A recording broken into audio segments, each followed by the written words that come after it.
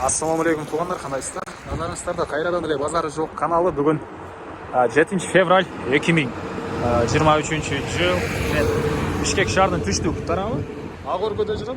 Ушул жерден бир сатылуучу үй бар экен. Ошол жөнүндө силерге маалымат берейин деген биринчи болуп баруу жолун түшүндүрөйүн. Мен турган жер азыр Алты Бакан көчөсү жана Алкынбаев көчөсүнүн кесишинде турам. Ушул жерден түштүктү карай бир аз эле барсаңыздар, тугандар, сол тарапта Алты Бакан көчөсү 9-даректе сатылуучу үй жайгашкан. Анан келип жатып бул Кыркыз Алкынбаев көчөсүнүн кесилишиндеги круговойго ориентир алсаңыздар болот. Ошондон бир аз эле батышты карай бассаңыздар, сол тарапта Трио деген автомойка бар. Ушунан түштүктү карай басып бара бересиздер тугандар.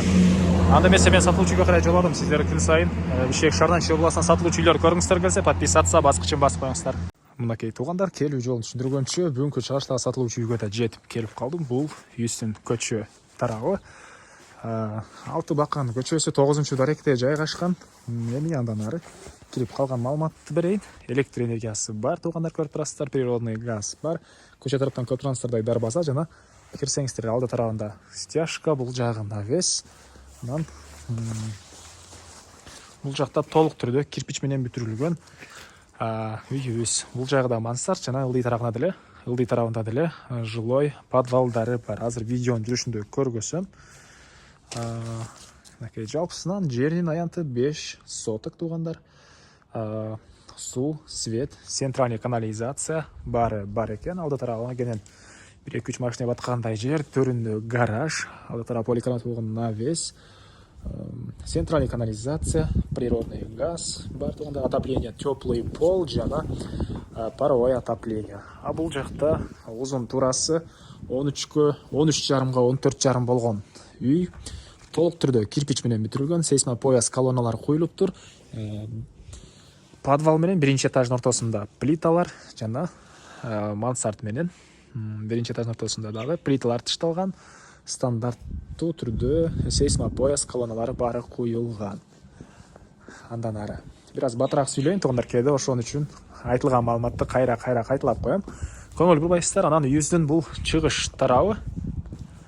Бул жакта деле кенен хозпостройка салганга жер, черешня бактары. Бул жакта төрүндөгү ажаткана окшойт, үйдүн тышкы тарабындагы.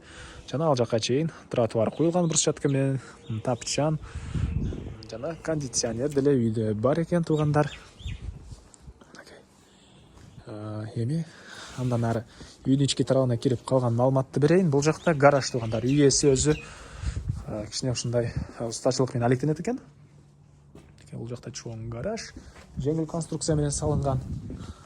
Бул үйдүн негизги кирүүчү эшиги. Так.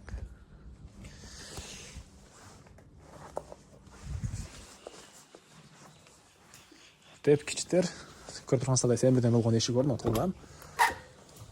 Бул кире бериши, мынакей потолок натяжной. Полдор кафель жана теплый пол деле бар. Паровое отопление деле бар. Оң тараптан бир чекеден көргөзөйүн. Бул жакта мынакей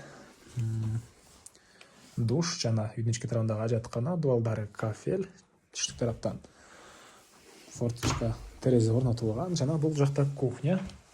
Мынакей чыгыш тараптан терезе орнотулган тугандар, дуалдары обой, кондиционер жана көрүп турганыңыздардай кухонный мебелдер, газовый плита, электрический плита, раковина орнотулган. Үй узун турасы 13,5 14,5. Андан ары бул жакта мондай коридор, бул коридордон катарынан калган бөлмөлөргө өтүп кете алабыз. Бул жакта бир спальный бөлмө. Батыш тараптан терезе орнотулган. Анан бул жакта бир детский бөлмө тугандар. Отопление батареялары бар. Үй жылуу. Жана төрүндө бул жакта дагы бир чоң мондай бөлмө тугандар, мынакей. Отоплениянын батареялары, батыш тараптан пластик терезе. Анан бул жакта мондай зал. Чыгыш тарабына терезе орнотулган, полдору полдору ламинаттын ылдый тарабынан жыгачтан болгон пол деле бардай көрүнөт, бирок өйдө тарабы ламинат экен. Анан бул жакка кирсек, ошондо бул холл болуп калат экен тугандар, кечиресиздер. Жана бул жакта зал Бұл бөлме. Потолок натяжной, дуалдар обой, шығыш тараптан терезе орнатылған. Полдору ламинат. Еме андан ары маалыматты беріп баштайын туғандар.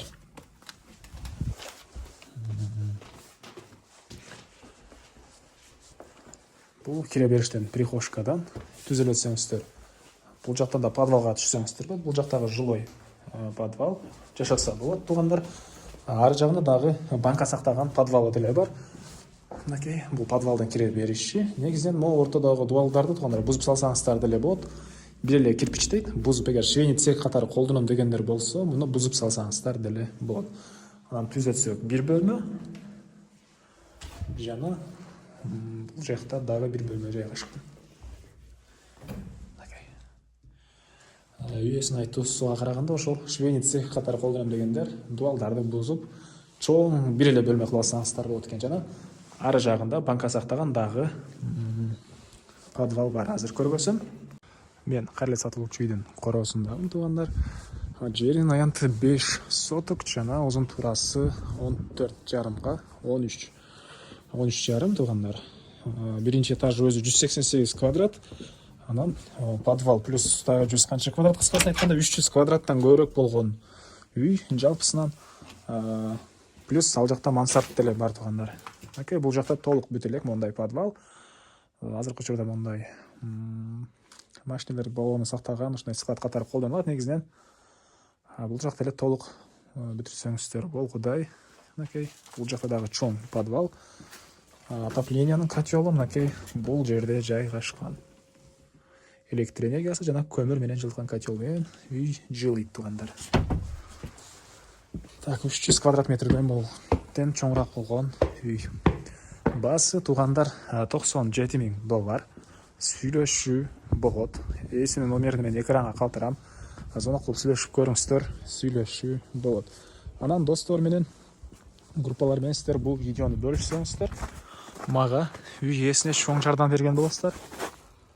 Андан эсен сиздер менен коштошом. Кийинки чыгышка чейин саламатта калыңыздар.